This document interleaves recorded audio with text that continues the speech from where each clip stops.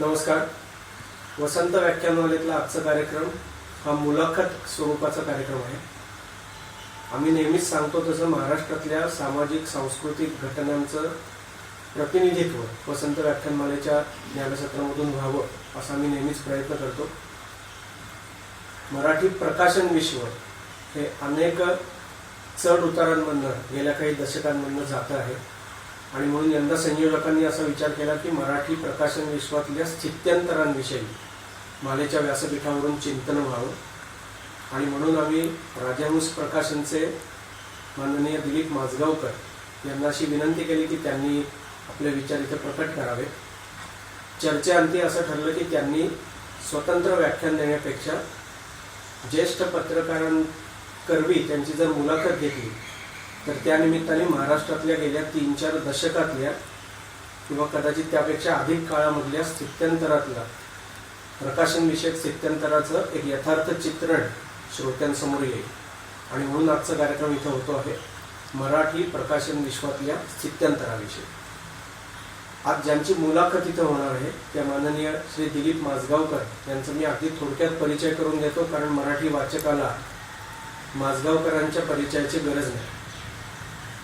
1966 साली आपले ज्येष्ठ बंधू श्री ग माजगावकर यांच्याबरोबर श्री दिलीप माजगावकर यांनी माणूसमध्ये काम सुरू केलं.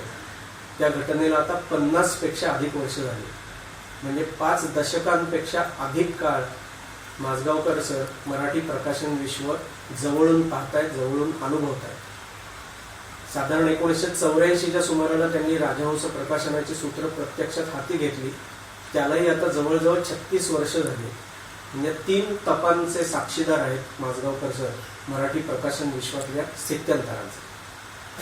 आपल्याला माहिती आहे की माजगावकर म्हटलं की राजकारण असो, समाजकारण असो, अर्थकारण असो, त्याच्या पलीकडे जाऊन ललित साहित्य असो आणि अगदी संगीत, नृत्यकला, चित्रकला यासारखे विषय असो, कुठलाही विषय माजगावकर आणि राजहंस प्रकाशन यांना वर्ज्य नाही.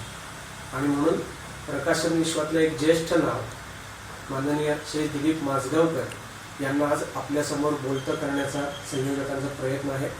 माजगावकर सरांचं संयोजकांच्या वतीनं मी स्वागत करतो. त्यांना बोलतं करण्याची जबाबदारी आम्ही ज्यांच्यावर सोपवली आहे त्या माननीय श्री प्रशांत दीक्षित सरांचा मी थोडक्यात परिचय करून देतो. त्यांची कारकीर्द लक्षणीय आहे असं मी म्हणेन, कारण विज्ञान शाखेतली पदवी त्यांनी घेतली, म्हणजे BSc केलं. त्यानंतर संगणकशास्त्रामध्ये पदविका घेतली, म्हणजे डिप्लोमा इन कॉम्प्युटर इंजिनिअरिंग केलं. पण त्यानंतर जवळजवळ 2.5 तपांची त्यांची कारकीर्द ही पत्रकारितेमध्ये आहे. दैनिक सकाळ, दैनिक महाराष्ट्र टाइम्स आणि दैनिक लोकसत्ता या महाराष्ट्रातल्या 3 प्रमुख दैनिकांमध्ये प्रदीर्घ काळ कारकीर्द दीक्षित सरांची आहे. त्याच्यातही नरसिंहराव पंतप्रधान असताना दिल्लीमध्ये लोकसत्ताचे प्रतिनिधी म्हणून त्यांची कामगिरी ही लक्षणीय ठरली होती. त्यानंतर काही काळ ते दिव्य मराठी या नियतकालिकाचे राज्य संपादक म्हणून काम पाहत होते आणि सध्या श्री दीक्षित सर हे लोकमतचे निवासी संपादक म्हणून काम पाहत आहे. मी माननीय प्रशांत दीक्षित सरांना अशी विनंती करतो की त्यांनी श्री माजगावकर सरांच्या मुलाखतीच्या या कार्यक्रमाला सुरुवात करावी. सुसंगतपणे मांडावे ही अपेक्षा त्यामागे असते, परंतु इथे आम्ही व्याख्यानाला थोडं मुलाखतीचं स्वरूप देणार आहे. जी मांडणी होणार आहे ती व्याख्यानासारखीच होणार असली तरी प्रश्नोत्तराच्या स्वरूपात होणार आहे आणि ही सवलत दिल्याबद्दल मला वसंत व्याख्यानमालेच्या आयोजकांचे आभार मानायचे. यावेळचा विषय आहे की मराठी प्रकाशन व्यवसायातील स्थित्यंतरे. मराठी समाज आणि मराठी साहित्य हे एकमेकाशी अतिशय निगडीत अशा 2 मोठ्या संस्था आहेत. मराठी समाजाची ओळख ही मराठी साहित्य आणि मराठी नाटक यातनं मुख्यतः केली जाते आणि त्यामुळे मराठी प्रकाशन व्यवसायाचे स्थित्यंतर ही एका अर्थाने मराठी समाजाची सांस्कृतिक स्थित्यंतरं काय झाली हे दाखवता येतात त्यातून. यासाठीच इथे आपण राजहंस प्रकाशनचे श्री दिलीप माजगावकर यांना इथे आमंत्रित केलेलं आहे. त्यांना इथे आमंत्रित करण्यामागचं कारण हे वेगळं सांगायची गरज नाही. आज मराठीतले ते अग्रगण्य प्रकाशक आहेत. इतकंच नव्हे तर समाजातील विविध प्रवाहांना लिहितं करून त्यातील चांगले लेखक वेचून त्यांच्याकडनं उत्तमोत्तम दर्जेदार साहित्य मराठी समाजासमोर आणण्याचं एक मोठं भरीव काम गेली 40 ते 50 वर्ष राजहंस प्रकाशनने केलेलं आहे. मला इथे एक आवर्जून आठवण दिलीपराव सांगावीशी वाटते, कारण तुमच्या स्वभावामुळे तुम्ही कदाचित ते सांगणार नाही. पण जेव्हा राजहंस प्रकाशन हे कुमार अवस्थेत होतं असं म्हणूया, त्यावेळीच तुमच्यातल्या क्षमता ह्या श्रीपू भागवतांसारख्या एका श्रेष्ठ प्रकाशक आणि संपादकाने ओळखल्या होत्या. आणि मला असं वाटतं मुंबईतल्या SNDTमध्ये त्यांनी दिलेल्या एका भाषणात त्यांनी जे राजहंस प्रकाशनबद्दल म्हटलं होतं ते मी इथे मुद्दाम उद्धृत करतो. श्रीपू म्हणाले होते की ज्या प्रकाशकाच्या कामाकडे मी कुतूहलाने आणि अपेक्षेने बघतो आणि ज्यांच्या आजपर्यंतच्या भरीव कामगिरीमुळे त्यांच्या भविष्यातील वाटचालीबद्दल मला भरवसा वाटतो, अशा प्रकाशकांमध्ये राजहंस प्रकाशनचे नाव मी आवर्जून घेईन. आणि श्रीपू हे कमी बोलणारे पण मोजकं पण अतिशय मार्मिक बोलणारे होते आणि त्यांनी तुमच्या क्षमता तेव्हाच ओळखल्या आणि त्या तुम्ही प्रत्यक्षात आणून दाखवल्यात. मला वाटतं माजगावकर, आपण सुरुवात करताना मुळात तुम्ही प्रकाशक म्हणून तुमचं करिअरची सुरुवात केलेली नाही. तुमची सुरुवात ही मुख्यतः माणूसमध्ये तुम्ही संपादकीय कामही करत होतात आणि अन्य डिपार्टमेंटही बघत होतात. तर सर्वप्रथम त्याबद्दल जरा सांगा ना. नमस्कार. गेली 145 वर्ष आपल्या दीर्घ परंपरा आणि प्रतिष्ठा यांनी वसंत व्याख्यानमाला ही आता केवळ पुण्याचं भूषण किंवा पुण्याचं वैभव राहिलेली नसून ते अखिल महाराष्ट्राचं वैभव झालेलं आहे. आणि अशा या व्याख्यानमालेत मला आज इथे बोलायची संधी मिळाली म्हणून मी या संपूर्ण व्याख्यानमालेचे जे पदाधिकारी आहेत, विशेषतः ज्यांचा माझा संबंध आला ते मंदार बेडेकर आणि केशव साठे यांचे अगदी प्रथम सुरुवातीला आभार मानतो आणि आता माझ्या मुख्य विषयाकडे वळतो. तुम्ही म्हणालात ते बरोबर आहे. मी माझी जी सुरुवात केली ती माणूसमधून केली.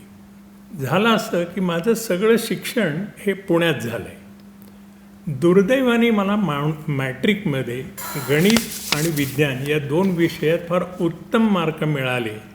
त्यामुळे माझ्या डोक्यात असा एक भ्रम तयार झाला की हे दोन्ही विषय आपल्याला खूप चांगले येत आहेत, म्हणून मी विज्ञान शाखेकडे प्रवेश घेतला. पण तिथे 1-1.5 वर्षातच माझा भ्रमाचा भोपळा फुटला आणि माझ्या असं लक्षात आलं की हे दोन्ही विषय मला आवडतही नाहीत आणि झेपतही नाहीत. त्यामुळे पहिले 1-2 वर्ष माझं त्या ठिकाणी गेलं. पण 66 साली मी BSc ही पदवी पूर्ण करून माझं शिक्षण पूर्ण केलं. त्यावेळी आमच्या घरची परिस्थिती काय होती, तर माझे मोठे बंधू श्री ग माजगावकर यांचंही शिक्षण पुण्यातच झालं, इकडे SP कॉलेजमध्येच झालं. त्यांना पत्रकारितेची आवड असल्यामुळे त्यांचं शिक्षण पूर्ण झाल्यावर त्यांनी त्या काळात भारत नावाचं पुण्यामध्ये एक दैनिक निघत होतं, तिथे कामाला सुरुवात केली. माझे मोठ्या बहिणीचे यजमान म्हणजे बाबासाहेब पुरंदरे हे इतिहास संशोधक होते, इतिहासाचं लेखन करत होते आणि स्वतःच्या लेखनाच्या पुस्तकांचं प्रकाशन करावं एवढ्या मर्यादित हेतूनी खरं तर बाबासाहेबांनी 52 साली ही राजहंस प्रकाशन संस्था सुरू केली. पुढे श्री ग माजगावकर त्यांना जाऊन मिळाले आणि दोघांनी मिळून ती संस्था पुढच्या काळात वाढवली, त्याला एक स्वतंत्र अशी ओळख निर्माण करून दिली. पण श्रीगंचा ओढा सुरुवातीपासून पत्रकारितेकडे असल्यामुळे 61 साली श्रीगंनी या राजहंसतर्फेच माणूस या नावाचं नियतकालिक सुरू केलं. सुरुवातीला काही वर्ष मासिक, मग पाक्षिक आणि 1966 साली त्यांनी त्याचं साप्ताहिकात रूपांतर करायचं ठरवलं. आणि त्याच वर्षी माझं कॉलेजचं शिक्षण पूर्ण करून पुढे काय करावं या विचारात मी होतो. त्यामुळे 1 वर्षभर तू इथे काम करून बघ, जर तुला आवडलं तर पुढे करू, नाही तर आपण दुसरं काही बघू, या विचाराने मी खरं तर माणूसमध्ये दाखल झालो 1966 साली. पण तिथलं कामाचं स्वरूप तुमचं मुख्यतः संपादकीय आणि अन्य खरं डिपार्टमेंट. तर एका वाक्यात सांगायचं तर जिथे कमी तिथे मी असं माझ्या कामाचं स्वरूप होतं. कारण त्या काळात मी आठवड्यातले 2 दिवस हे मुंबईला जात असायचो आणि पुण्यात असायचो तेव्हा माणूसची प्रूफ रिडिंग करणं, त्याची पेजिंग करणं आणि ते छापून घेणं हे काम माझं पुण्यात असायचं.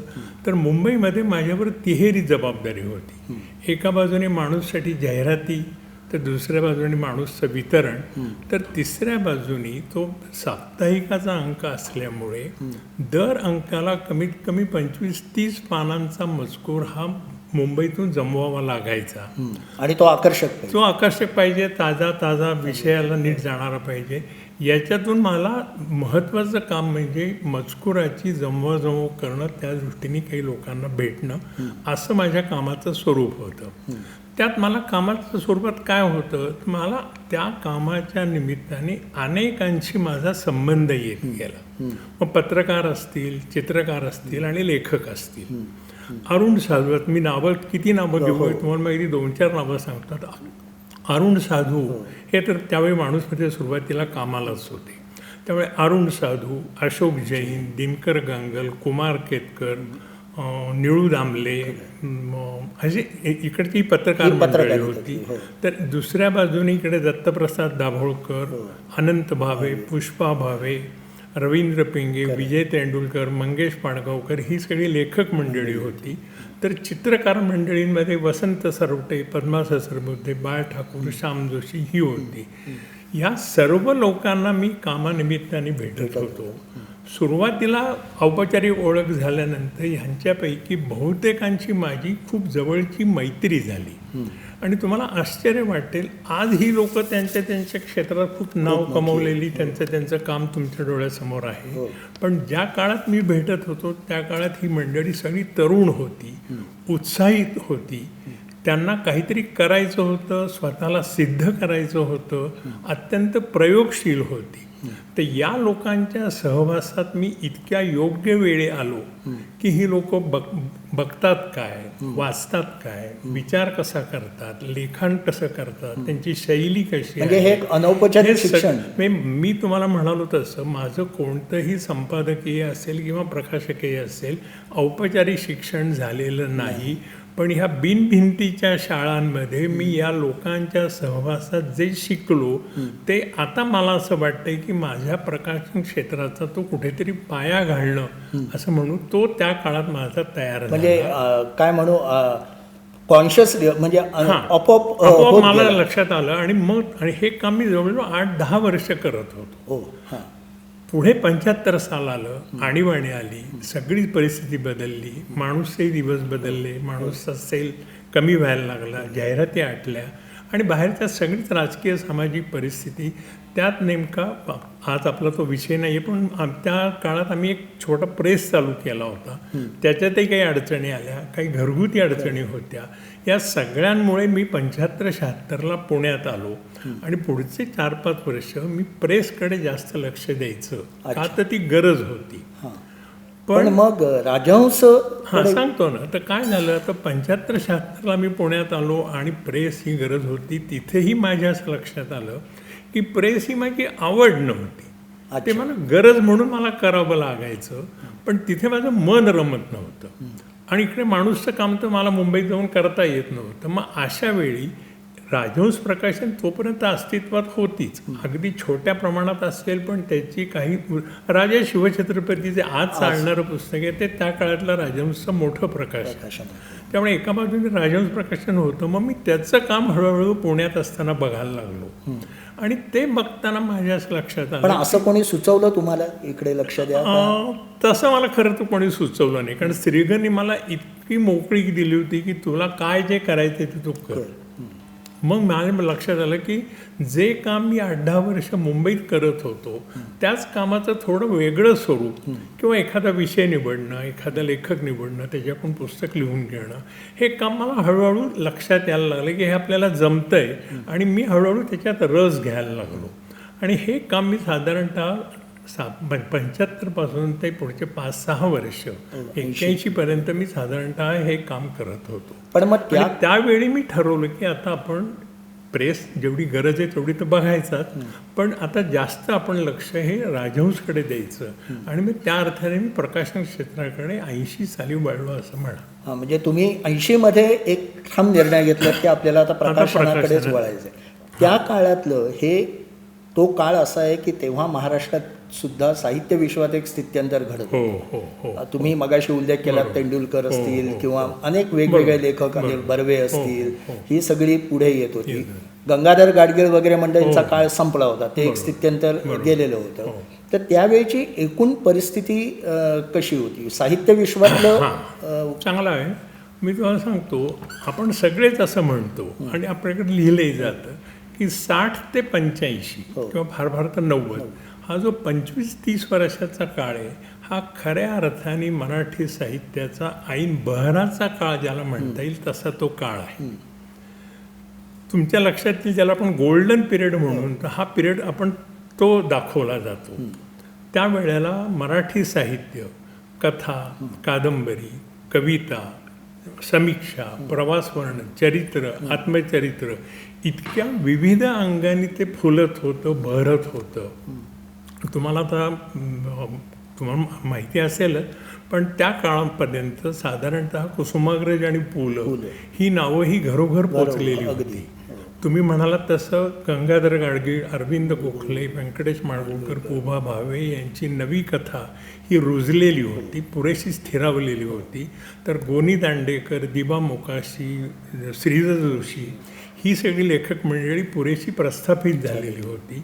तर दुसऱ्या बाजूनी GN सारखा माणूस होता. तर इतकंच नाही तर या मंडळींच्या पावलावर पाऊल टाकून पण त्यांचं अनुकरण न करता विद्याधर पुंडलिक, शरदचंद्र चिरमुले, विजयराज अध्यक्ष, अरुण साधू अशी कितीतरी कथाकार मंडळी आणि कादंबरीकार मंडळी त्या काळात लिहिती होती. तर श्रीना पेंडसे, जयवंत दळवी, मधु मंगेश कर्णिक यांनी कोकण साहित्यात आणलेलं होतं. तर दुसऱ्या बाजूनी मराठी रंगभूमी, व्यावसायिक शिरवाडकर असतील, कानेटकर असतील, कालेलकर असतील, दळवी असतील यांनी व्यावसायिक रंगभूमी एका बाजूनी जागती ठेवली होती. तर मतकरी, पालेकर, तेंडुलकर, एलकुंचवार यांनी नव्या रंगभूमीची दारं उघडून दिलेली होती. त्याच वेळी मंगेश पाडगावकर, विंदा करंदीकर, वसंत बापट या तिघांच्या कविता, पुलंच्या भाषेत गमतीत सांगायचं तर या तिघांच्या कवितेच्या ट्रिपल इंजेक्शनचा डोस हा मराठी रसिकांनी आनंदाने टोचून घेतला होता. आणि त्याच वेळी एका बाजूनी इंदिरा संत असतील, ग्रेस असतील, आरती प्रभू असतील, नारायण सुर्वे असतील यांचीही कविता एका बाजूनी फुलत होती. आणि याच काळात बलुत किंवा उपरा किंवा उचल्या किंवा मी जात चोरली होती यातून एका दलित वाङ्मयाचा अत्यंत जोरकस प्रवाह हा याच काळात मराठी साहित्यात अत्यंत जोरात खळाळत होता. ही झाली एका बाजूने मी तुम्हाला म्हणालो तशी निर्मितीची बाजू.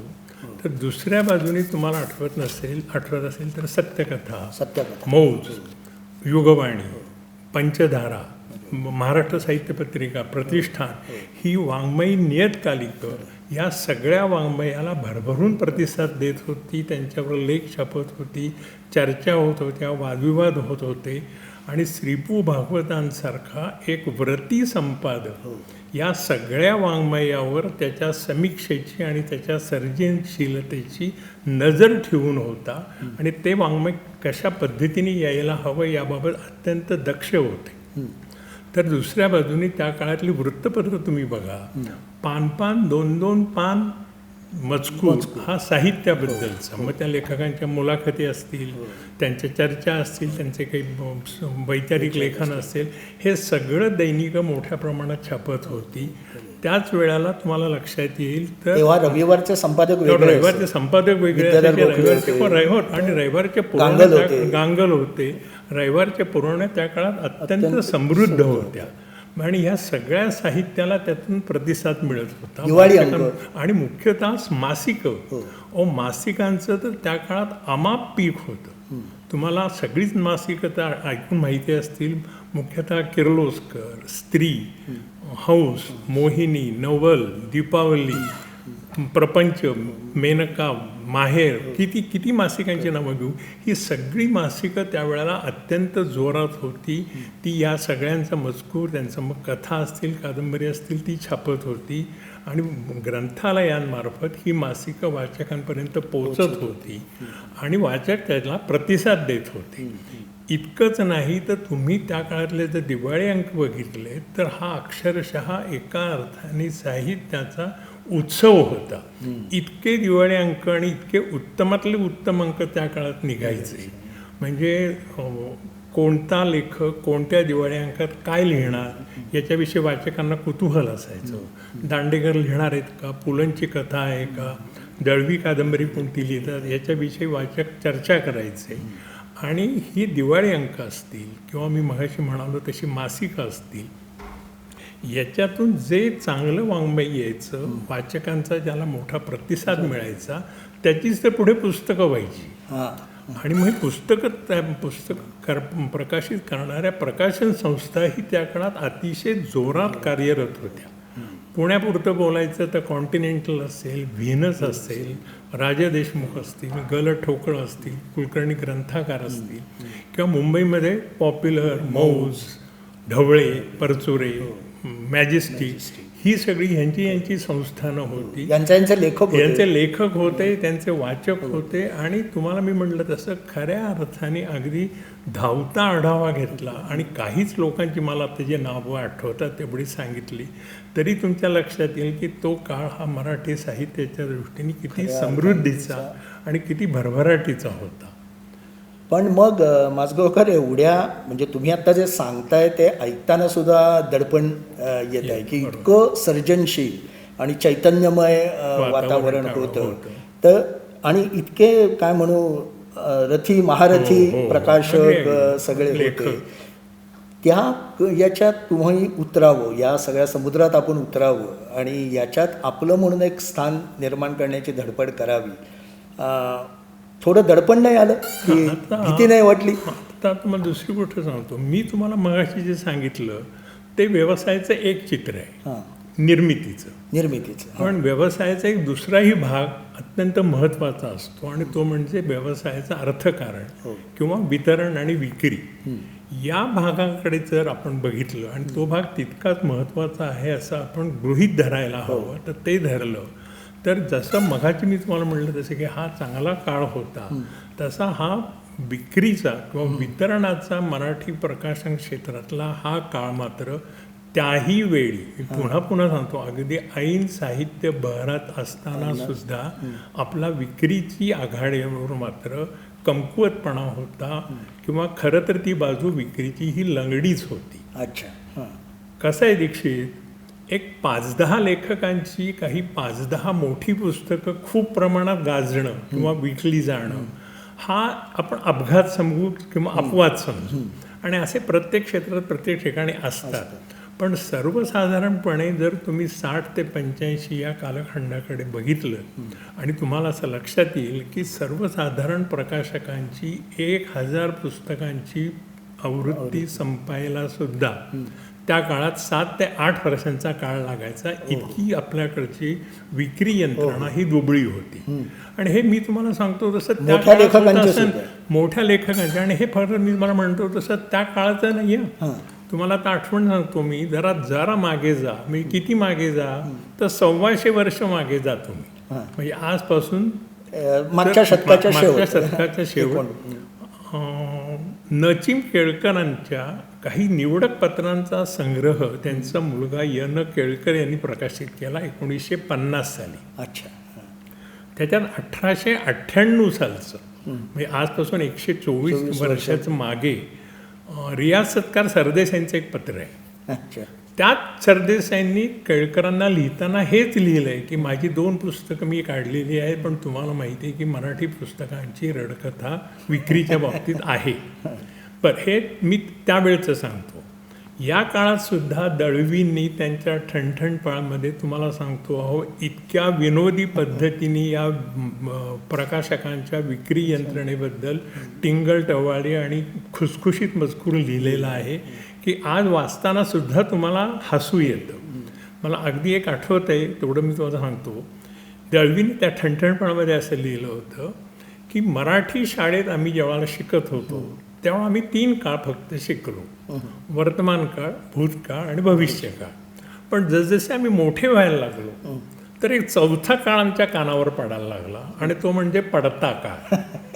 आणि हा पडता काळ हा कायम मराठी प्रकाशनाला कधीतरी बदल म्हणून मराठी नाटकांना आणि कधीतरी बदल म्हणून मराठी चित्रपटांना लावला जावं लागला असं दळवींनी लिहिलं. किंवा एका ठिकाणी तर दळवींनी इतकं छान लिहिलंय, ते म्हणले कुठल्याही प्रकाशकाला तुम्ही रस्त्यात भेटा आणि विचारा की अमुक एक पुस्तक कसं चाललंय, तो मोठा चेहरा, गंभीर चेहरा करून सांगणार नाही, हो पुस्तक चांगलं आहे पण खपत नाही आहे आणि त्यामुळे या व्यवसायात काही सुटत नाही आहे. तर दळवीने मोठ्या ठणठणपणामध्ये लिहिलं आहे की मला आश्चर्य वाटतं की प्रत्येक प्रकाशक म्हणतो या धंद्यात काही सुटत नाही, या धंद्यात काही सुटत नाही. मग ह्या प्रकाशकांची पोटं कशी सुटतात? तर त्यातला आपण आता विनोद बाजूला ठेवू तरी परिस्थिती मात्र ही खरोखरच अशी होती. आणि ही वितरणाची मराठी प्रकाशनातली परिस्थितीला पहिला छेद जर कोणी दिला असेल तर तो ग्रंथालय. म्हणजे तेव्हा माझगावकर तुम्ही म्हणताय की कंटेंट वाईज आजच्या भाषेत बोलायचं तर मजकुराच्या प्रचंड समृद्ध होता, समृद्ध होती. पण वितरणाची मराठी बाजू, प्रकाशन व्यवसायाची इकॉनॉमी ही मात्र म्हणजे त्याचं गणित बसत नव्हतं. त्याला पहिला छेद दिला तो ग्रंथालय वाचक चळवळीने. दिनकर गांगल, अशोक जैन, अरुण साधू, कुमार केतकर, पुराणा परांजपे असे अनेक तरुण मंडळी त्या काळात एकत्र आली. त्यांनी असा विचार केला की त्यांनी दोन्ही बाजूने विचार केला की त्यांच्या दृष्टीने मराठी साहित्यात एक मध्यमवर्गीय साचलेपण आलेलं आहे. ते साचलेपण दूर करायचं तर नव्या दमाचे, नव्या विषय घेऊन येणारे, नव्या जाणीवांचे तरुण लेखकांना लिहितं करणं आणि त्यांची पुस्तकं एका बाजूने मोठ्या प्रमाणात प्रकाशित करणं. आणि जी वितरणाची अडचण आहे की वाचक पुस्तकांच्या दुकानापर्यंत जातच नाही, तर मग पुस्तकांनाच घेऊन वाचकांच्या दारात जायचं ही अभिनव कल्पना. खरं तर त्याच्या आधी ढवळे ग्रंथयात्रेने हा प्रयोग केलेला होता, पण तो खूप मोठ्या प्रमाणात झाला नाही किंवा त्याच्याबद्दल फार लिहिलं गेलं नाही. खरं तर बोलायला हवं. पण ग्रंथालयाने मात्र हा सामुदायिक प्रयत्न अत्यंत कल्पकतेने पुढच्या 3-4 वर्षामध्ये हा मोठ्या प्रमाणात केला. मग ग्रंथमोहोळ असेल, ग्रंथजत्रा असेल, ग्रंथकप्पा असतील, गावागावात मोठमोठे छोटे मोठे साहित्यिक नेणं, त्या ठिकाणी त्यांचं वातावरण, त्यांचे गप्पा करणं, तिथल्या तरुण वर्गाला या साहित्य विश्वाशी जोडून घेणं आणि एक प्रकारचा एक नवा उत्साह, नवं चैतन्य हे ग्रंथालयाने त्या काळात ग्रंथ चळवळीत आणलं. हे ग्रंथालयाचे आपण आभार किंवा कॉन्ट्रीब्युशन हे मोठं मानलंच पाहिजे, हे असं मला वाटतं. आणि या काळामध्ये मी प्रकाशन क्षेत्रात पण मग हा तुम्ही जो निर्णय घेतला तेव्हा तुमच्याकडे म्हणजे सर्जनशील लेखकांची ओळख होतीच किंवा तुम्हाला मजकुराबद्दल मला वाटतं फार धास्ती वाटत नसेल, पण आपण या इकॉनॉमिक साईडकडे पण लक्ष दिलं पाहिजे असा काही विचार केला होता? बरोबर, मी तो जरूर विचार केला होता. कारण मी म्हणालो तसं मी 82ला जेव्हा प्रकाशनात आलो तेव्हा राजहंसची फार तर 60-70 पुस्तकं, इतकी लहान संख्या पुस्तकांची होती, पण पुस्तकं निवडक आणि चांगली होती. आता मी असा विचार केला की जर आपल्याला हे प्रकाशन संस्था वाढवायची असेल तर आपल्याला आता दोन्ही बाजूनी प्रयत्न करायला हवेत. एक तर विषयाचे, तोपर्यंत राजहंसला फक्त इतिहास, चरित्र, आत्मचरित्र, समाज, राजकारण एवढेच विषय राजहंसकडून येत होते. तो संपूर्ण पाया थोडा वाढवावा म्हणून मग मी कथा, कादंबरी, पर्यावरण, अंधश्रद्धा निर्मूलन, विज्ञान हे सगळे विषय राजहंसला एका बाजूने जोडून घेण्याचा विचार केला. आणि त्या दृष्टीने पुढचे 8-10 वर्ष मी सातत्याने नवे लेखक, नवे विषय शोधत राहिलो. आणि मी म्हणतो तसं त्याचं जे काही शिक्षण असेल ते माझं पूर्वी झालेलं होतं, त्यामुळे मला त्या भागाची इतकी अडचण वाटत नव्हती. पण दुसरा विचार जो मी केला आणि तो मला महत्त्वाचा वाटतो की आपलं पुस्तक हे कुठल्याही ग्रंथालयामध्ये किंवा जिल्हा परिषदेत नुसतं पडून राहता कामा नये. तर ज्या वाचकांसाठी आपण ही पुस्तकं तयार करतो आहोत त्या वाचकांपर्यंत ते पोचलं हवं. याच्यासाठी मला जे जे सुचलं, जे जे करावंसं वाटलं आणि जे जे करणं शक्य झालं त्या सगळ्या गोष्टी त्या काळात मी अगदी टाचा आणि मान उंच करून करायचा प्रयत्न केला. त्यावेळी माझ्या डोळ्यासमोर एक कुठेतरी त्याला आपण सबकॉन्शियसली म्हणू राजा देशमुख हे उदाहरण होतं. अच्छा. मला राजा देशमुख हे प्रकाशक सर्वार्थाने मोठे वाटतात. त्यांची पुस्तकं वगैरे तर उत्तम चांगली आहेत. तो भाग सोडू, पण हा प्रकाशकांनी असं मानलं की केवळ उत्तम पुस्तकं प्रकाशित करणं हे प्रकाशनाचं काम नसून ती वाचकांपर्यंत पोचवण्याचं कामही प्रकाशकाचं आहे असं मानणारा आणि इतकंच नाही तर त्या दृष्टीने वेगवेगळे प्रयत्न करणारे असे ते प्रयोगशील राजा देशमुख प्रकाशक होते. अगदी तुम्हाला आठवत नसेल पण स्वामी कादंबरी त्या काळात अतिशय लोकप्रिय होती. त्याची किंमत 10 रुपये होती. देशमुखांनी ती घराघरात पोचली पाहिजे म्हणून सवलतीमध्ये ती 3 रुपयात त्यावेळेला दिली. असे प्रयोगशील देशमुख माझ्या डोक्यात कुठेतरी होते.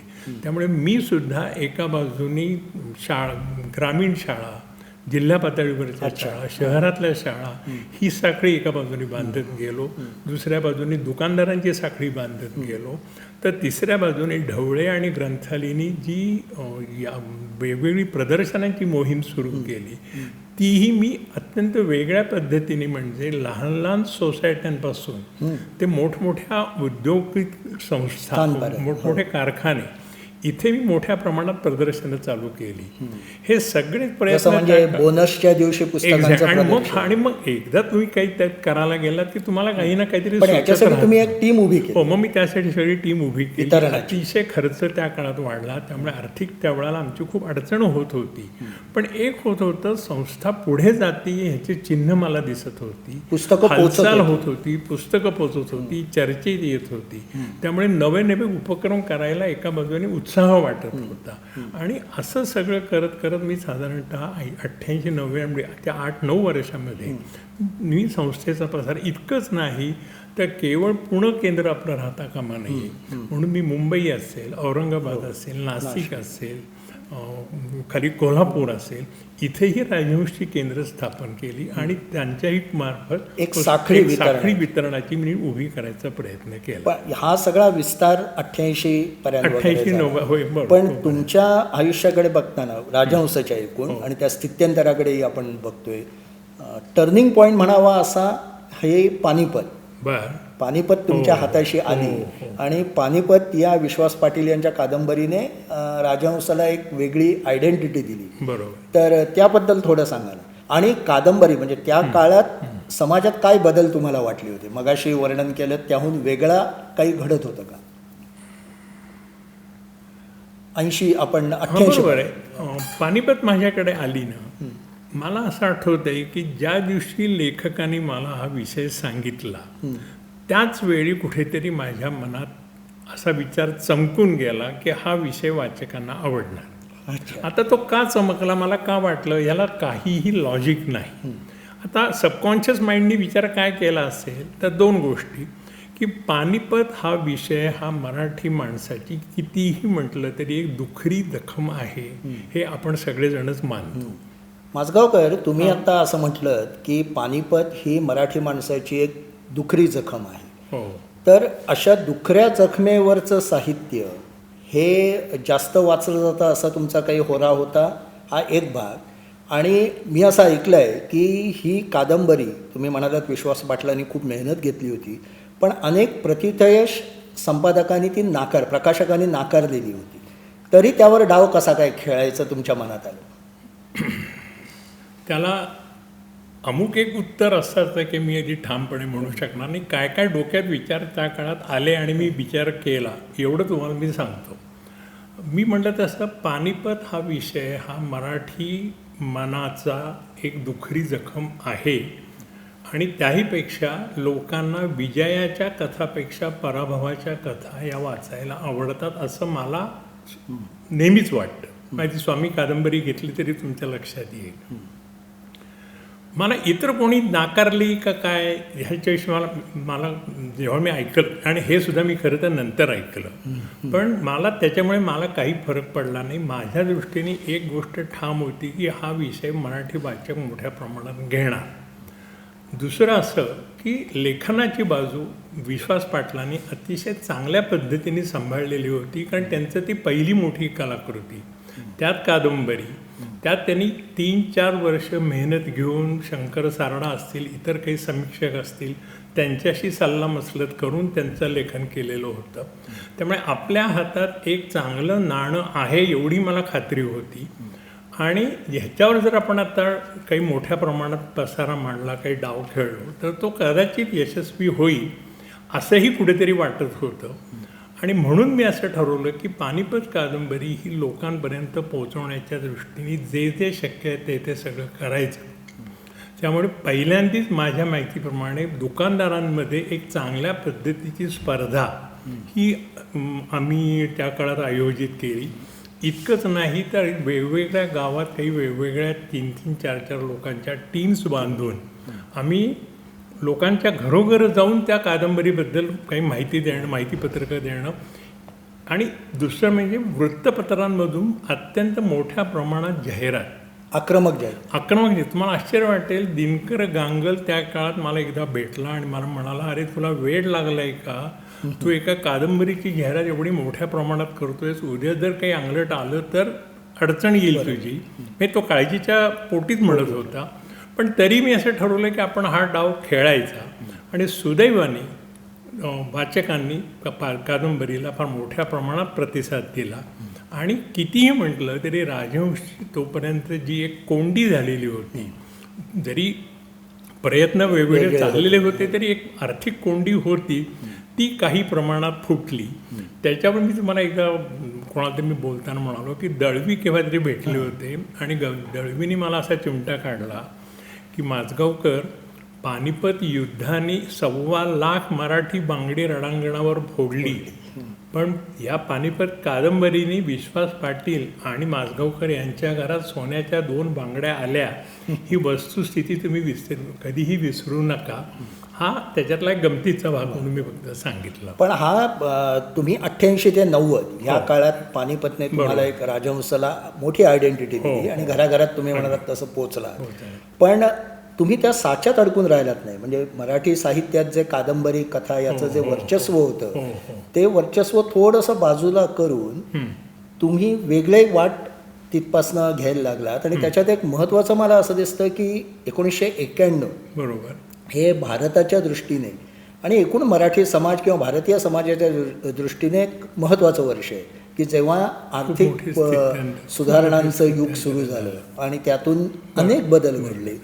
हे बदल काय होते आणि हे तुम्ही फार अचूकतेने टिपले असं तुमच्या पुढच्या प्रवासावरनं वाटतं.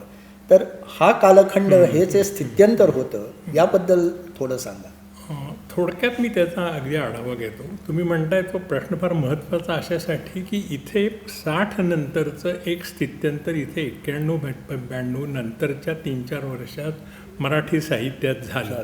पण तुम्ही म्हणालात तेही बरोबर आहे की हा कालखंड हा केवळ आपल्याकडेच नाही तर जागतिक घडामोडीच्या दृष्टीनेही अतिशय महत्त्वाचा कालखंड म्हणून इतिहासात नोंदला जाईल.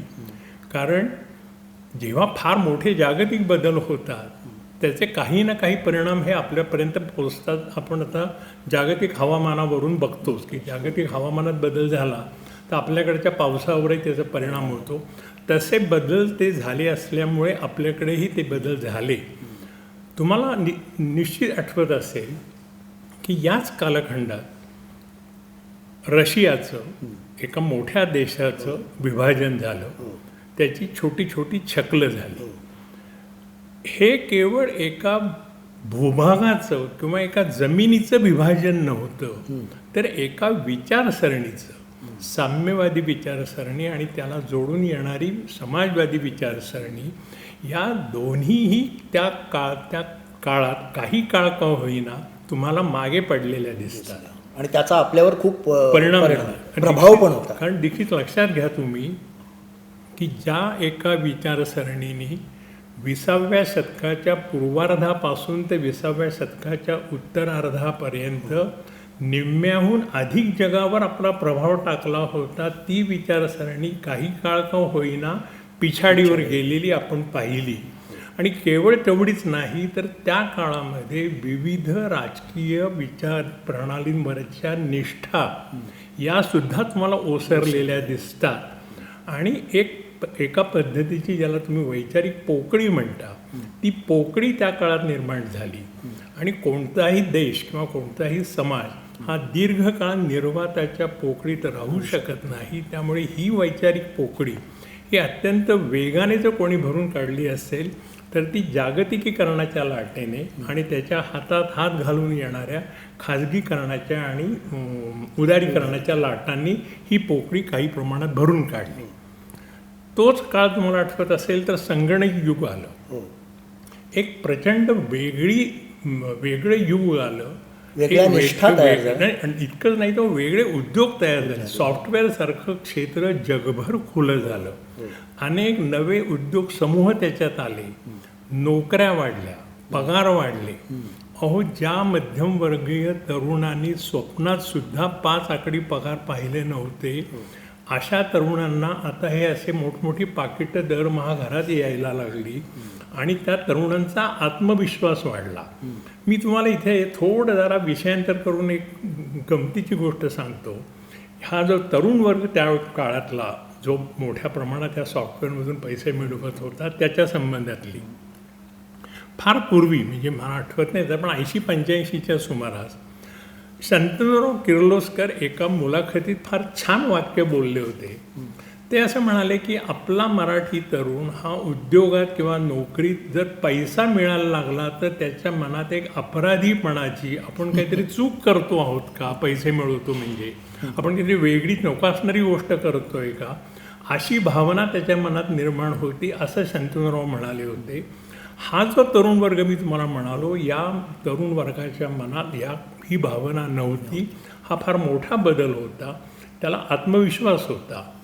कारण त्याला असं वाटत होतं की हे माझ्या कर्तृत्वावरून मी मिळवलेलं यश आहे. हे महत्त्वाचं. आणि दुसरी गोष्ट अशी की जोपर्यंत हा मध्यमवर्ग आणि अहो गंमत म्हणजे या काळात आपल्याकडेच नाही जगभरचा मध्यमवर्ग मोठ्या प्रमाणात वाढलेला तुम्हाला लक्षात येईल की जो मध्यमवर्गीय तरुण हा चाळीत किंवा लहान घरात आईवडिलांबरोबर राहत होता तो मध्यमवर्गीय तरुण आता ब्लॉकची आणि अपार्टमेंटची स्वप्न पाहायला लागला. केवळ स्वप्न तो पाहत नव्हता असं नाही तर ती प्रत्यक्षात उतरवत होता. आणि त्यासाठी मग नोकरी असेल व्यवसाय असेल तो देशांतर्गत किंवा देशाबाहेर त्याचं स्थलांतर सुरू झालं, प्रवास सुरू झाला, तो जगभर हिंडायला लागला. ते एका बाजूने झाल्यामुळे त्याचा जगण्याचा परीघ विस्तारला, त्याचा जगण्याचा पोत बदलला. इतकंच नाही तर ह्या विविध देशातल्या किंवा प्रांतातल्या लोकसमूहाशी तिथल्या संस्कृतीशी त्याचा संबंध यायला लागला. त्यातून त्याची अभिरुची बदलायला लागली. त्यातून तो अधिक व्यक्तिकेंद्री झाला, अधिक स्वकेंद्री झाला. आणि हे सगळं एका बाजूने होत असताना तो भोवतालची प्रचंड जीवघेणी स्पर्धाही अनुभवत होता. आणि या स्पर्धेत जर टिकायचं असेल तर मग मला माझं व्यक्तिमत्व चांगलं असायला पाहिजे, माझं इंग्रजी उत्तम असायला पाहिजे, माझं आरोग्य चांगलं असायला पाहिजे, मला जगाची माहिती असायला हवी. या संपूर्ण गरजेतून तो त्या पुस्तकांच्या शोधात राहायला त्यांनी सुरुवात केली. सुरुवातीला इंग्रजीमध्ये त्याला तशी पुस्तकं मिळाली, पण मग हळूहळू तुमच्या लक्षात येईल की या काळात मराठीमध्ये या विषयांची पुस्तकं मोठ्या प्रमाणात सुरू झाली प्रकाशित व्हायला. कारण त्या तरुण वाचक वर्गांनी त्याची वाचनीयता, त्याचं वाचन हे उपयोगितेशी जोडून घेतलं.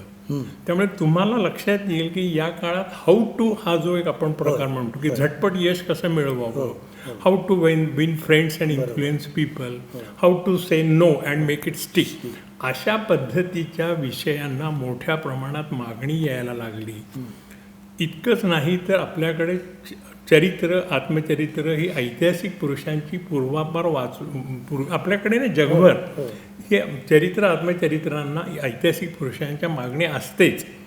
या काळामध्ये तुमच्या लक्षात येईल की विविध क्षेत्रात जी मराठी मंडळी मोठमोठ्या स्थानावर गेली त्यांच्या आत्मचरित्रातून आपल्याला प्रेरणा मिळू शकेल का, असाही शोध तो घ्यायला लागला. पण मग इथे माजगावकर एक तुमच्यातलं वैशिष्ट्य जाणवतं की तुम्ही मगाशी म्हणालात की एक मला मोठं स्थित्यंतर वाटतं ते म्हणजे पुस्तकं आता फक्त मला लायब्ररीतनं आणायला नको, मी विकत घेऊ शकतो. बरोबर. हा एक आत्मविश्वास किंवा तेवढी संपत्ती क्रयशक्ती मध्यम वर्गाकडे आली.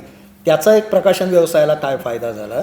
आणि दुसरा भाग असा की तुम्ही हाऊ टू मध्ये गेलात नाही, तर तुम्ही सांगताय त्यानुसार या संपूर्ण मध्यम वर्गाला आपण अभिरुची संपन्न आयुष्य जगावं, आपल्या आयुष्यातले वेगवेगळे पैलू आपल्या आयुष्याला असावेत, अशी पुस्तकं काढण्याकडे तुम्ही वळला. पण मी तुम्हाला सांगतो, हे करणारा मी एकटा नव्हतो. हो, अर्थातच मला चांगल्या अर्थाने असं वाटतंय की असं जे स्थित्यंतर बाहेरच्या परिस्थितीत मोठ्या प्रमाणात झालं, ते सगळे बदल आपल्याकडच्या जागरूक असणाऱ्या सर्व प्रकाशकांनी अतिशय उत्तम पद्धतीने टिपले. त्याला योग्य अशी पुस्तकं त्यांनी प्रकाशित केली.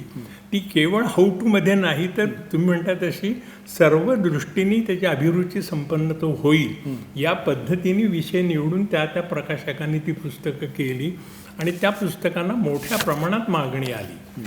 तुम्ही बघितलं तर तो हा काळ हा एकूण मराठी प्रकाशन व्यवसायाच्या दृष्टीने, धंद्याच्या दृष्टीने हा अतिशय उत्तम काळ होता. स्पर्धा वाढली, स्पर्धेमध्ये चांगली चांगली पुस्तकं यायला लागली, दर्जा वाढला. काही लोकांनी इंग्रजी पुस्तकांचे अनुवादही चांगले केले, पण मराठी प्रकाशकांनी मराठी लेखकांकडून चांगली चांगली पुस्तकं लिहिली. तुम्ही बघितलं तर त्या काळातल्या आपल्या निर्मितीची मूल्य ही सुद्धा त्यावेळेला सर्व प्रकाशकांनी. त्यामुळे हा बदल फक्त आम्ही टिपला असं मला बिलकुल वाटत नाही, अनेक प्रकाशकांनी टिपला आणि ही मराठी प्रकाशनाच्या दृष्टीने मला फार चांगली गोष्ट झाली असं वाटतं. पण असं त्या काळात झालं का? तुम्ही मगाशी म्हणालात की प्रकाशन म्हणजे पडता काळ, असं दळवींनी एक हे केलं होतं. तर पडत्या काळातनं मराठी प्रकाशन व्यवसाय या काळात बाहेर यायला लागला आणि प्रकाशन व्यवसायाला एक आर्थिक प्रतिष्ठा ज्याला आपण म्हणतो, बरोबर, नुसती वैचारिक नव्हे तर आर्थिक प्रतिष्ठा पण प्राप्त झाण्याचा हा काळ होता का? होता, निश्चित होता. या काळात निश्चित पद्धतीने मराठी याची प्रतिष्ठा वाढली. आणि दुसरा एक घोटाळा आपल्याकडे असा होतो की या पुस्तकांचं प्रकाशन वाढल्यामुळे साहित्य मागे पडलं. मी ते विचारणारच होतो की कथा कादंबरी म्हणजे तुम्ही आधीचा काळ सांगितला, त्याच्यात सत्यकथा वगैरे असा जो एक कादंबरी, कथा आणि कविता, काव्य, नाटक थोडं याला प्रतिष्ठा होती आणि आता मात्र अनेक विषय आले, तर हे मागे पडलं का? बरोबर. माझं स्वतःचं त्याच्याबाबतचं मत असं आहे की ज्या 60 ते 85 काळाबद्दल आपण बोललो, त्या काळात साहित्य मोठ्या प्रमाणात प्रकाशित होतं हे तर नक्की. पण त्याही काळात ही जी पुस्तकं आहेत ना, ज्याला आपण अप्लाइड पुस्तकं, ती पुस्तकं उदाहरणार्थ मंगला बर्वे असतील, कमलाबाई ओगले असतील, मुलाखतीचं तंत्र असेल, इंग्रजी फाडफाड कसं बोला, ओगलेंच्या पुस्तकाने तर इतिहास घडवला.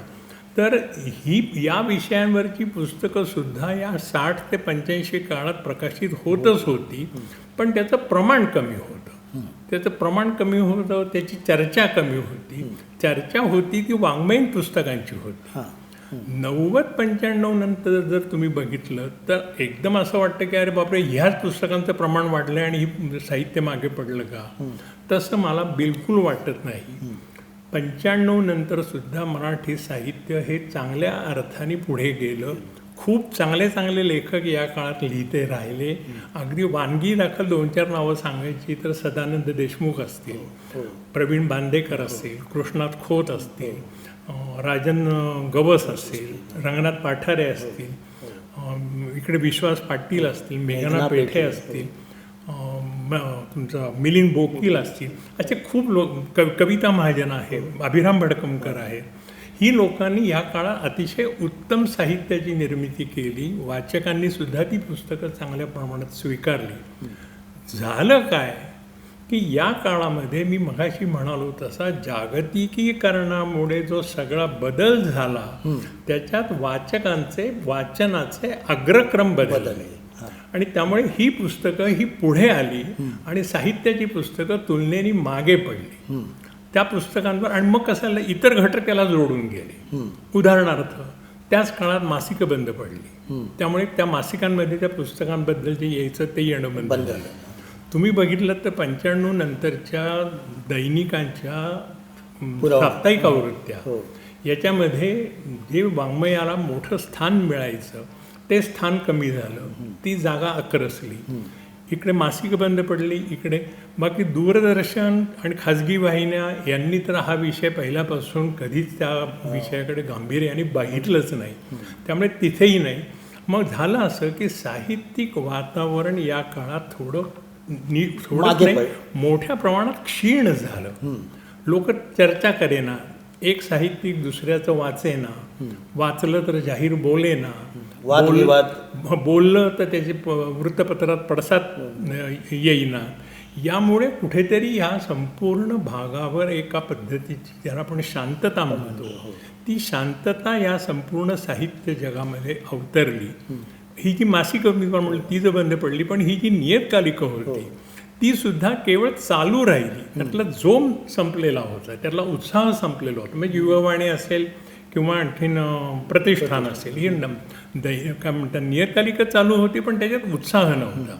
त्यामुळे तुम्हाला आठवत असेल तर राम पटवर्धनांनी या काळामध्ये असं एक विधान केलं आणि ते अगदी योग्य विधान होतं. ते म्हणजे आत्ताचा प्रकाशनातला आत्ताचा साहित्याच्या काळात कांठाळ्या बसवतील इतकी शांतता आहे. हे जे राम पटवर्धनांचं वाक्य आहे ते या काळाला उद्देशून आहे. त्याचं चित्र हे असं मला स्वतःला दिसतं. म्हणजे बहर येत होता पण चर्चेत नव्हता, कारण लोकांपर्यंत लोकांचे अग्रक्रम बदललेले. तुम्ही म्हणता तसं ते त्यांना वेगवेगळ्या त्या विषयांची गरज जास्त वाटत. जसे राजकीय हालचाली त्यांना समजून घ्यायच्या, तसा तुम्ही जसं तेलाचं राजकारण समजून आता तेलाचा राजकारणासारखा विषय हा आपल्याकडे अक्षरशः वीणा गवाणकरांनी म्हणालं तसं की त्या पुस्तकाने लेखकांनी हा तेल साक्षर केलं. अगदी चांगला शब्द आहे. तेल साक्षर करणं म्हणतात ते त्या पुस्तकांनी केलं. तर असा तो सगळा काळ, कारण त्याच्याशी तो मध्यमवर्ग जोडलेला होता. त्याचा रोजच्या उपयोगाशी त्याचा संबंध होता. पण याचा तुम्ही एक राजहंस आणि अनेक प्रकाशकांनी तुम्ही म्हणालात तसा जो फायदा घेतला, त्याच्यात एक कुठेतरी तुम्ही जी आधी एक आखणी केलेली होती, साखळी उभी केली होती वितरणाची, आणि त्याकडे मला थोडंसं लक्ष वेधायचं आहे की ती साखळी उभी केल्यामुळे या काळाचा अधिक फायदा घेता आला. हो, निश्चितपणे. कारण ही पुस्तक नाहीतर काय होतंय की इतकी जीवनशैली या सगळ्या नव्या तुमच्या सॉफ्टवेअर क्षेत्रामुळे इतकी जीवनशैली बदलली की लोकांच्या हातात वेळेचाच प्रश्न आला. आणि अशा वेळी तो पुस्तकांपर्यंत जाऊ शकत नव्हता. अशा वेळी या आमच्या साखळीमुळे किंवा इतरांनी ज्या काही साखळ्या निर्माण केल्या त्यांनी पुस्तकं वाचकांच्या दारापर्यंत नेण्याचा प्रयत्न केला आणि त्याचा व्यवसायाला निश्चितपणे फायदा झाला. आता पुढचं एक महत्त्वाचं स्थित्यंतर आपल्याला दिसतं 2005 नंतर. म्हणजे आपल्याकडे इंटरनेट साधारण 2000 आलं असलं तरी 2005 नंतर ते घराघरात पोहोचलं. आणि या टेक्नॉलॉजीने किंवा या तंत्रज्ञानाने आपल्या संपूर्ण आयुष्याला व्यापून टाकलं, रोजच्या व्यवहाराला मुख्यतः. सगळे त्याच्या मार्फत व्हायला लागले, त्याचा प्रभाव पडायला लागला. याचा प्रकाशन व्यवसायाला काय परिणाम झाले? फायदा झाला का मोठं आव्हान उभं राहिलं? की जसं वृत्तपत्रांसमोर आव्हान उभं राहिलं तसं प्रकाशकांसमोर काय आव्हानं उभी राहिली? मी आव्हान मला स्वतःला वाटत नाही, कारण माझं थोडं त्याच्यातला वेगळा विचार आहे, तो मी तुम्हाला सांगतो. 2005 नंतर तुम्ही म्हणताय तसं एक स्थित्यंतर आलं आणि इंटरनेटमुळे आपल्या समाज माध्यमाचा आपल्या जीवनावरचा प्रभाव हा विलक्षण गतीने वाढला आहे तर निश्चितच आहे. एक लक्षात घ्या, जेव्हा जेव्हा असे बदल होतात त्या त्यावेळी समाजाला धक्के बसतातच. पूर्वी रेडिओ होता, त्याच्यानंतर रेडिओ आला, वाचनाचं काय होणार? पुढे टी व्ही आला, वाचनाचं काय होणार? खाजगी वाहिनी आला, काय होणार? दैनिकांच्या साप्ताहिक आवृत्त्या आल्या, काय होणार? इंग्रजी माध्यम वाढलं. या प्रत्येक वेळी मराठी साहित्याबद्दलची चिंता ही स्वाभाविकपणे वेगवेगळ्या माध्यमातून त्यावेळेला चर्चा होत होत्या. काही प्रमाणात त्यात मुद्दे होतेच, प्रश्नच नाही. पण तुमच्या दुसरंही गोष्ट लक्षात येईल की काळाने असं सिद्ध केलं आहे की वाचन ही सगळ्यांची जरी नसली तरी काही वर्गाची निश्चित गरज आहे. आणि जे वाङ्मय हे काळावर मात करून टिकतं ते वाङ्मय हे पुढेही वाचलं जातं. आजही ते त्या प्रमाणात वाचलं जातं. अगदी तरुण वर्ग सुद्धा जे चांगलं सकस त्याला काही नवं विचाराला आव्हान देऊ शकेल, विचार करायला प्रवृत्त करू शकेल अशा चांगल्या ललित किंवा वैचारिक वाङ्मयाकडे वळतोच आहे. फार तर छापील पुस्तकांच्या ऐवजी ई बुक्स असतील किंवा ऑडिओ बुक्स असतील ही सगळी आधुनिक तंत्र तो हे. तरीही आपण एक मान्यच करू की समाज माध्यमाचं महत्त्व आपल्याला दुर्लक्षून चालणार नाही. त्याचं महत्त्व आपल्याला मान्य करावंच लागेल. कारण त्यातून झालं काय तर सर्वसाधारण तरुण मुलीला असेल किंवा थोड्या वयस्क लोकांना आपल्याला, कारण प्रत्येकाला आपल्याला व्यक्त व्हावंसं हे मनापासून वाटतच असतं. तर ज्याला कोणाला आता व्यक्त व्हावंसं वाटतं त्याच्यासाठी इंटरनेट हे अत्यंत उत्साह देणारं माध्यम आहे, याविषयी शंकाच नाही. मला आज काहीही वाटलं आणि लिहायचं असेल तर आता मला प्रकाशकाची गरज नाही, मला संपादकाची गरज नाही, मला एखाद्या दैनिकाची गरज नाही. मी माझं म्हणणं माझ्या ब्लॉगवर, फेसबुकवर कुठेही मांडू शकतो. इतकंच नाही तर एका क्लिकवर मी माझ्या वाचकांपर्यंत पोहोचू शकतो. इतकंच नाही तर मला वाचकांचा तात्काळ प्रतिसाद मिळू शकतो. या सगळ्या सुरुवातीच्या काळात आनंददायी आणि उत्साह वाढवणाऱ्याच गोष्टी आहेत हे आपण मान्य करायलाच हवं. आणि त्या अर्थाने समाज माध्यम आपण स्वीकारायलाच हवी. पण दुसरी बाजू लक्षात घ्या की मला तर स्वतःला हे इंटरनेट आलं हे एका अर्थाने प्रकाशन व्यवसायाला वरदानच वाटतं. ते कोणत्या बाजूनी की अहो हा 95 नंतर सगळी मासिकं ज्या काळात बंद झाली त्या काळात आम्हा प्रकाशकांना मासिकांमधून कितीही म्हटलं तरी वेगवेगळे लेखक ट्रायआउट करायला, ज्याला आपण ट्रायल बॉम्ब्स म्हणतो, ते संपूर्ण आपल्याला तिथे लावून बघायला एक माध्यम होतं. ते माध्यमच संपलं. इंटरनेटने नेमकं तेच माध्यम आमच्यापर्यंत आणलं. आता तिथे असं होतं, तिथे खूप मोठ्या प्रमाणात लिहिलं जातं. त्याच्याविषयी आपण म्हटलं तर पुढे बोलू. पण एक लक्षात घ्या, त्यातलं काही लेखन हे निश्चित चांगलं असतं. अशा लेखनाची, आणि मला इथेही परत आपल्या मराठी सर्व प्रकाशक मंडळींचं अगदी स्वागत आणि आनंद मला व्यक्त करावासा वाटतो की आपल्या प्रकाशकांनी या माध्यमाचं हे वेगळेपण आणि ही ताकद ओळखून त्यात जे जे चांगलं आहे त्याची पुस्तकात रूपांतर केली आणि ती पुस्तकं पुढे प्रकाशित झाली. कारण मी म्हटलं तसं मासिकांनी अपूर्वाई पुलंचं एवढं गाजलेलं पुस्तक किर्लोस्कर मासिकात दर महिन्याला एक लेख येत होता. किंवा अगदी वंगचित्र किंवा इव्हन पु ग सहस्रबुद्ध्यांसारख्या अत्यंत वैचारिक लेखन करणारे लेखकांचे अनेक लेख हे वसंत मासिकात आले आणि त्याची पुढे पुस्तकं झाली.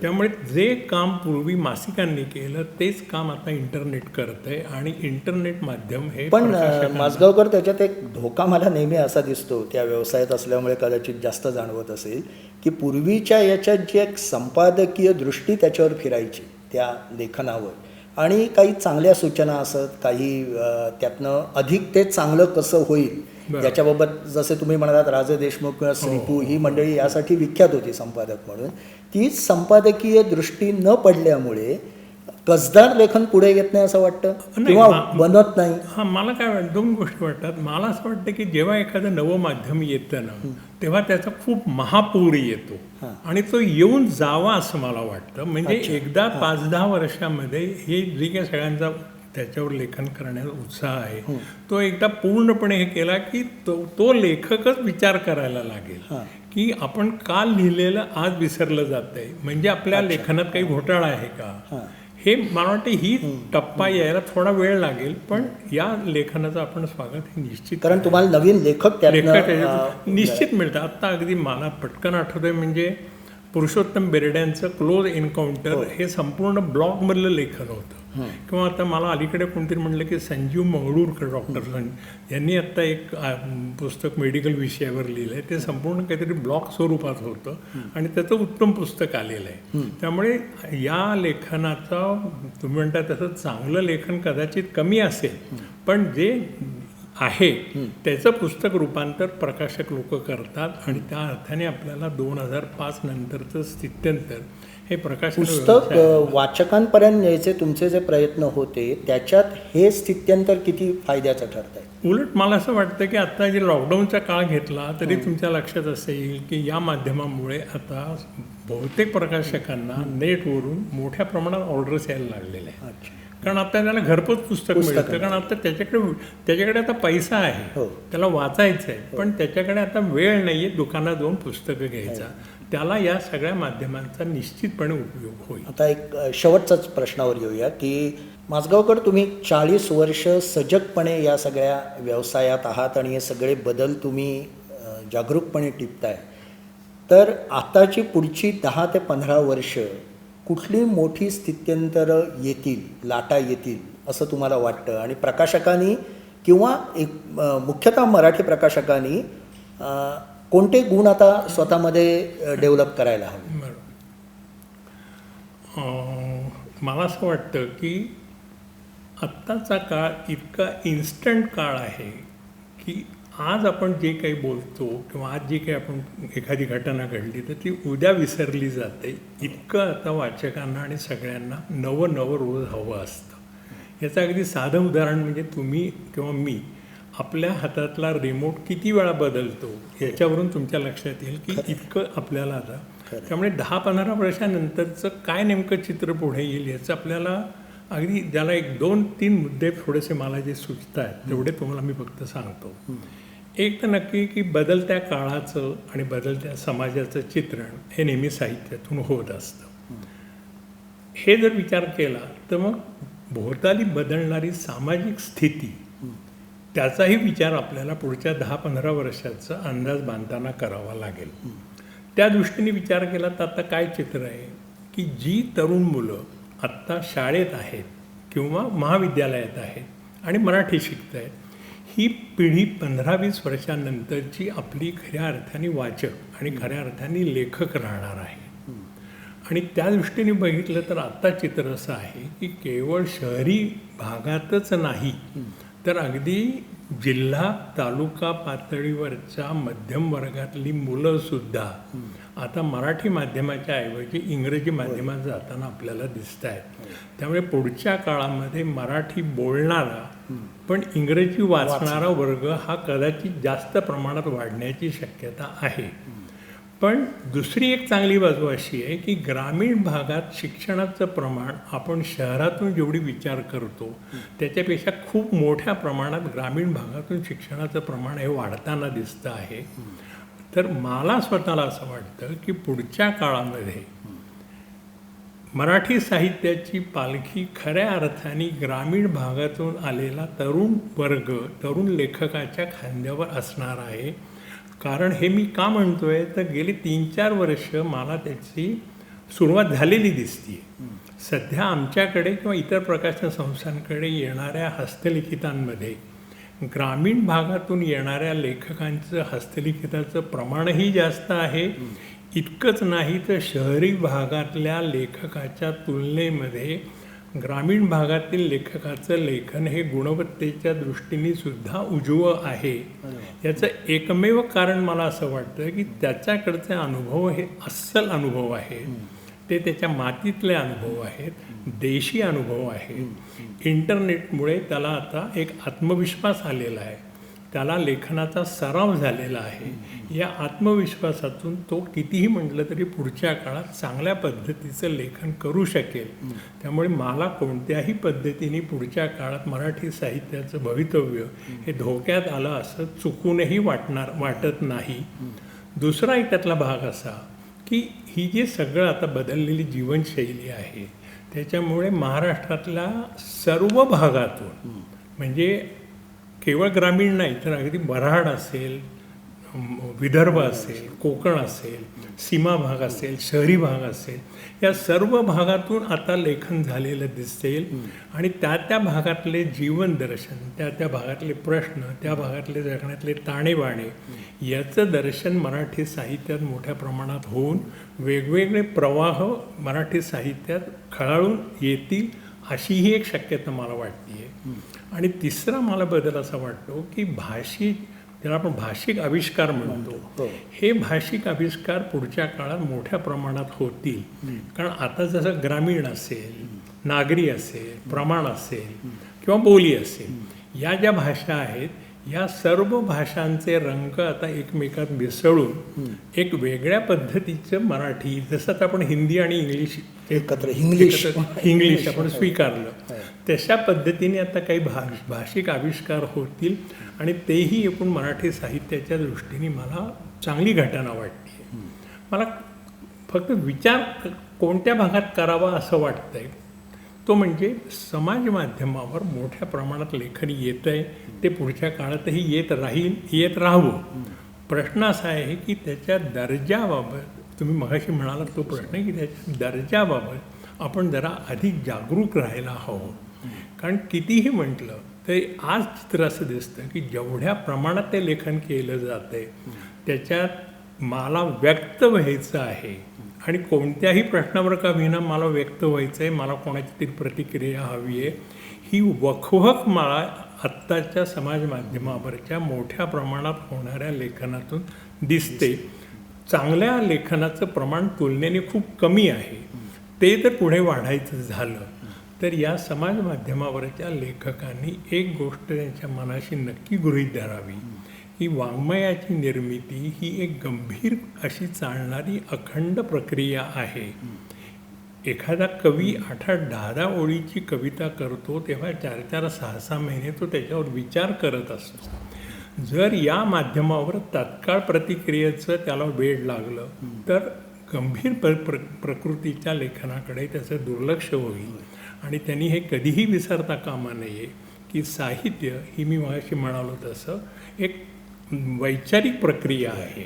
तिथे तुम्हाला भाषेची आराधना करावी लागते, खूप वाचावं लागतं, भाषा कमवावी लागते, त्याच्यावर संस्कार करावे लागतात, त्याच्यावर चांगल्या संपादकांचं मार्गदर्शन तुम्ही जे म्हणालात ते घ्यावं लागतं. कारण शेवटी कोणतीही कला, मग ती साहित्यकला असेल, चित्रकला असेल, संगीत कला असेल, ही कलावंताचं अस्तित्व एका बाजूने पणाला लावत असते आणि असं जेव्हा पणाला लागतं तेव्हाच चांगली निर्मिती होती. अशी निर्मिती पुढच्याही काळात होईल याची मला पूर्ण विश्वास आहे. फक्त माध्यमावर लेखन करणाऱ्यांनी कधीही विसरता कामा नये की चांगल्या लेखनाला पुढच्याही काळात चांगला वाचक वर्ग हा मिळत राहणार आहे. हा विश्वास त्यांनी कधीही गमावता कामा नये.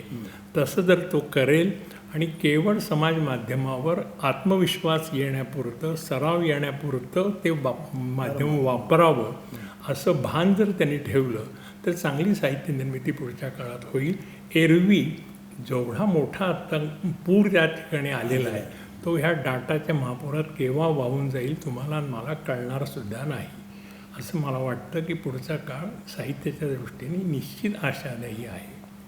माजगावकर, फार चांगल्या तऱ्हेने तुम्ही स्थित्यंतरं मांडलीतच, पण सर्वात महत्त्वाचं म्हणजे की एका कसलेल्या उद्योजकामध्ये जो एक आशावाद असतो, तुम्ही प्रकाशक आहात आणि प्रकाशक म्हणून एक प्रतिष्ठित, त्याचं एक वेगळी प्रतिष्ठा आहे, पण तुमच्यात एक चांगला कसलेला उद्योजकही दडलेला आहे आणि त्यामुळे तुमचं यशस्वी प्रकाशन आणि यशस्वी संपादन आणि यशस्वी एक उद्योग या पद्धतीची त्रयी तुम्हाला साधलेली आहे.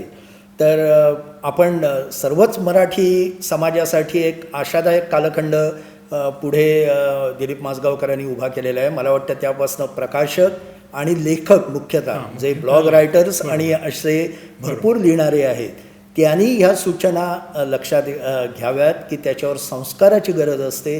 सकस साहित्य निर्मितीसाठी फक्त निर्मिती उपयोगी नसते, तर त्याला अनेक वेगवेगळे, त्याला एक घाट बांधावा लागतो आणि त्याच्यासाठी तुम्हाला वेगवेगळ्या तऱ्हेने विचार करावा लागतो. आणि प्रकाशकांना मोठी संधी ही आहे की भरपूर लेखक त्यांना आता उपलब्ध आहेत, त्यातला वेचक लेखक निवडून त्यांच्याकडनं उत्तम साहित्य निर्मिती करणं ही एक मोठी संधी या निमित्ताने, या तंत्रज्ञानाच्या निमित्ताने मिळालेली आहे. मला वाटतं त्याचा आपण सर्वांनी फायदा करून घेतला पाहिजे.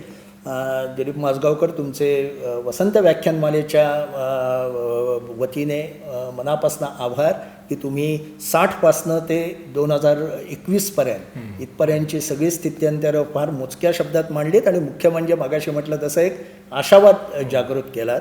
आणि वसंत व्याख्यानमालेच्या आयोजकांचेही आभार की मुलाखत वजा हा कार्यक्रम करायला त्यांनी सवलत दिली आणि यामुळे हे विचार सर्व दूर, कारण आता या तंत्रज्ञानामुळे हे पुण्यापुरते मर्यादित राहणार नसून भारतभरच नव्हे तर जगभर पोहोचणार आहेत.